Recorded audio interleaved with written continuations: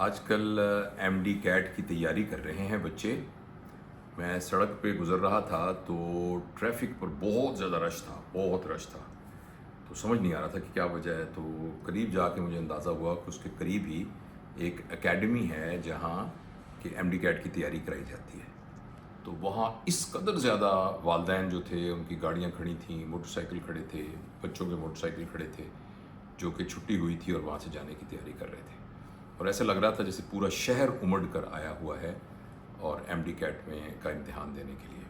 تو بہت اچھی بات ہے, بچے ٹرائی کر رہے ہیں. پاکستان میں جو سسٹم ہے داخلے کا, اس کے تحت ایسے موقع پر ایک بات بار بار پوچھی بھی جاتی ہے کہ سرکاری میڈیکل کالجز میں پنجاب میں ایٹ لیسٹ مجھے معلوم ہے کہ تقریباً 3,500 کے قریب سیٹیں ہیں اور تقریباً 1,00,000 کے قریب بچے ایم ڈی کیٹ کا امتحان دیتے ہیں. 1,00,000 تو یعنی 3.5% لوگوں کو ایکچولی داخلہ سرکاری میڈیکل کالج میں ملے گا.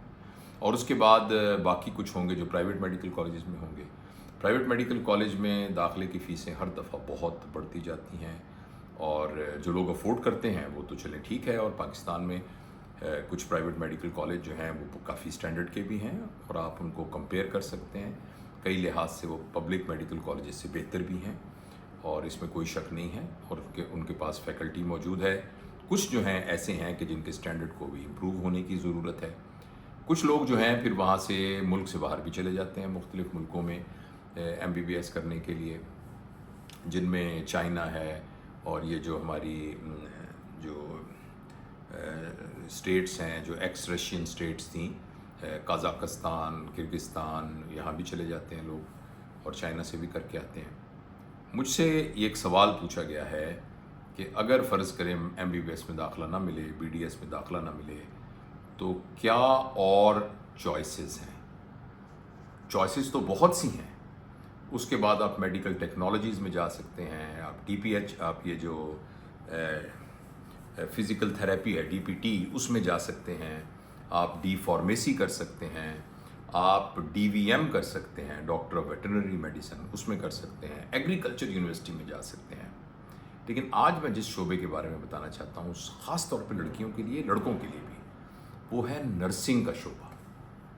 ایک زمانہ تھا کہ جب ویسے ہی سوشلی یہ سمجھا جاتا تھا کہ ڈاکٹر جو ہے اس کا زیادہ بڑا مقام ہے اور نرس جو ہے وہ اس کے ماتحت ہوتی ہے اور نرس اس سے چھوٹی ہوتی ہے. لیکن میں آپ کو پورا یقین دلاتا ہوں, پوری دنیا میں اور اب پاکستان میں بھی ایسا ہونا شروع ہو گیا ہے کہ نرسنگ کا شعبہ کسی طور پر بھی ڈاکٹری کے شعبے سے کمتر نہیں ہے. صرف ہمارے دماغوں میں ایسا ہے, صرف ہمارے دماغوں میں. ویسٹ میں تو میں آپ کو یقین دلاتا ہوں کہ کئی یونٹس کے اندر جو نرسز ہوں گی ان کی تنخواہ شاید ڈاکٹروں سے بھی زیادہ ہو. اور دوسری بات یہ ہے کہ جس طریقے سے ایم بی بی ایس کرنے کے بعد آپ پھر ایف سی پی ایس کرتے ہیں یا ایف آر سی ایس کرتے ہیں یا آگے آپ مختلف ڈگریز حاصل کرتے ہیں, پاکستان میں اب نرسنگ کے بعد آپ بی ایس این نرسنگ جو کرتے ہیں, بی ایس این ایک زمانے میں پوسٹ آر این ہوتی تھی, جیسے رجسٹرڈ نرس ہوتی تھی جو کہ میٹرک کے بعد آتی تھی, پھر اس کو نرس بننے کے لیے پوسٹ آر این کرنا پڑتا تھا, پوسٹ رجسٹرڈ نرس. لیکن اب جو ہے نرسنگ کالجز جو کہ تمام میڈیکل کالج, اکثر میڈیکل کالجز کے ساتھ اٹیچڈ ہیں, ان میں بی ایس این نرسنگ ہوتی ہے, جس کا مطلب یہ ہے کہ آپ ایف ایس سی کر کے داخلہ لیتے ہیں. لاسٹ ٹائم اس کا جو میرٹ تھا وہ تقریباً 900 کے قریب تھا, یعنی جو میڈیکل کالج سے کچھ کم, لیکن پھر بھی 900 کے قریب نمبروں کے قریب میرٹ تھا میڈیکل نرسنگ کا. اور اس میں جو بچیاں جاتی ہیں وہ اسی طریقے سے ایف ایس سی کی ہوتی ہے اور اسی طرح کا کورس پڑھتی ہیں. لیکن بہت سارے ایڈوانٹیجز ہیں. پہلا ایڈوانٹیج ہے کہ یہ کورس 4 سال کا ہے. دوسرا ایڈوانٹیج یہ ہے کہ اس میں پہلے دن سے آپ کو 32,000 روپے مہینہ اسکالرشپ ملتا ہے, اور آپ کا خرچہ جو ہے وہ ماں باپ کا خرچہ نہیں ہوتا آپ کی پڑھائی میں. 32,000 روپے آپ کو اسکالرشپ ملتا ہے.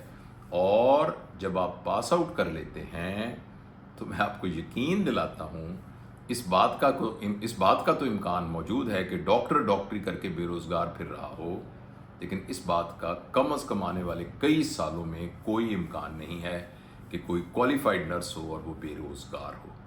میں خود اپنا ذاتی تجربہ بتاتا ہوں کہ قائد اعظم میڈیکل کالج میں گورنمنٹ کی طرف سے جب 100 سیٹوں کی اناؤنسمنٹ ہوتی تھی تو 30-35 ایپلیکنٹ لڑکیاں ہوتی تھیں، اور ہم یہ کہتے تھے خدا کے لیے کوئی آئے تاکہ اس کو سلیکٹ کریں، پکڑ پکڑ کے لوگوں کو بلا کے سلیکٹ کرتے تھے۔